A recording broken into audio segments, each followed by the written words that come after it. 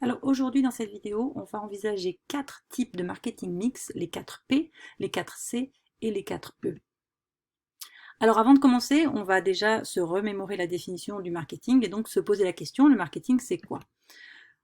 Le marketing en fait c'est un ensemble de techniques dont l'objectif est d'analyser les attentes des consommateurs. L'entreprise, une fois qu'elle a analysé les attentes des consommateurs, peut leur proposer une réponse adaptée et cette réponse, ça sera soit un produit, soit un service, et cette réponse va pouvoir répondre à leurs besoins. Afin de mémoriser plus facilement les techniques, les marketeurs les ont regroupées dans des familles et ont créé un ensemble d'acronymes, c'est-à-dire de sigles qui vont se lire comme un mot, qui vont vous permettre de plus facilement les mémoriser. La première famille de marketing mix, c'est-à-dire de techniques marketing qui permet de bien comprendre les attentes des consommateurs et de bien y répondre, c'est les 4 P. Donc les 4 P, c'est un marketing mix, une réponse marketing qui a été développée en 1960 par McCarthy et c'est un peu la base du marketing mix, c'est ce qu'on apprend le plus souvent en cours. Les 4 P signifient product, donc le produit, la réponse concrète que l'entreprise va apporter à l'attente du consommateur. Price, le prix, quelle stratégie de prix, à quel prix l'entreprise va-t-elle décider de vendre le produit au consommateur et comment va-t-elle se comparer à la concurrence. Place, donc la distribution, où va-t-elle vendre ce produit, donc par quel canal va-t-elle faire passer ce produit, ce service au consommateur. Et promotion, qui en fait, par quelle stratégie de communication va-t-elle faire connaître son offre.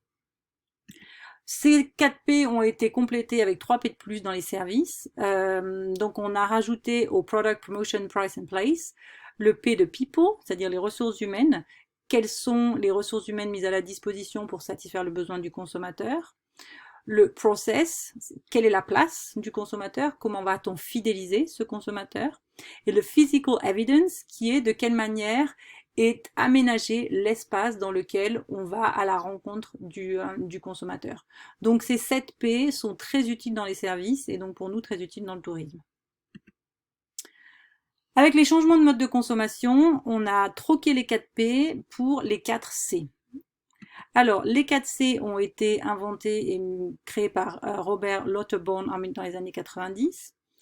Le P de produit devient le C de Customer Value, de Customer Need, c'est-à-dire que là, on va plus mettre l'emphase, le focus sur le produit, c'est-à-dire l'entreprise, mais surtout sur quelle est la valeur que va apporter l'offre de mon entreprise au consommateur. Le P de price devient le cost, c'est-à-dire qu'aujourd'hui, la satisfaction du consommateur a un coût et comment l'entreprise peut envisager ce coût de manière à le rendre le plus minimal possible pour qu'à la fois le consommateur soit satisfait, mais que l'entreprise puisse aussi avoir des ressources. Le place devient convenience, c'est-à-dire convenience of buying, la praticité. On va essayer de rendre l'expérience client de l'achat la plus pratique, la plus agréable possible. Et le promotion revient au communication en anglais, c'est-à-dire qu'on va l'envisager plus d'une manière beaucoup plus large, c'est-à-dire qu'avant dans l'idée de promotion, on avait plutôt l'idée de faire de la communication mais pour faire de la promo, alors que là, on est plutôt dans je vais en créer un message, créer un ensemble de valeurs que je vais transmettre par un plus grand nombre de canaux possibles, parfois par des outils purs de communication, mais parfois aussi par des outils de vente. On terminera par les 4 E, qui est le dernier modèle de marketing mix mis en place et créé par une agence de communication dans les années 2000 qui s'appelle Ogilvy. Et donc là, le produit devient l'émotion. Donc pour l'agence de communication, aujourd'hui, une marque ne va pas seulement nous intéresser parce qu'elle répond à un besoin, une attente, mais la marque va nous intéresser parce qu'elle va créer en nous une émotion, parce que elle va créer en nous quelque chose, une vraie réponse à l'intérieur. Et c'est cette émotion qui va entraîner chez le consommateur une réponse. Le place, c'est-à-dire la distribution, devient une expérience. On ne va pas acheter pour acheter. on va acheter pour créer retrouver une expérience utilisateur et pas seulement un lieu de vente. On le voit dans des boutiques comme Nature et Découverte ou comme Ikea, où là, on va pas seulement dans la boutique seulement pour acheter, mais aussi pour vivre quelque chose. Et aujourd'hui, de plus en plus de points de vente se sont inspirés de ce type de marketing. Le prix devient l'exclusivité. Aujourd'hui, le consommateur veut une offre qui soit unique. Il est prêt parfois à payer un prix élevé pour avoir quelque chose qui est unique, quelque chose qui s'adresse à lui, et il veut que la marque justement s'adresse uniquement à lui pour lui proposer une offre qui lui correspond.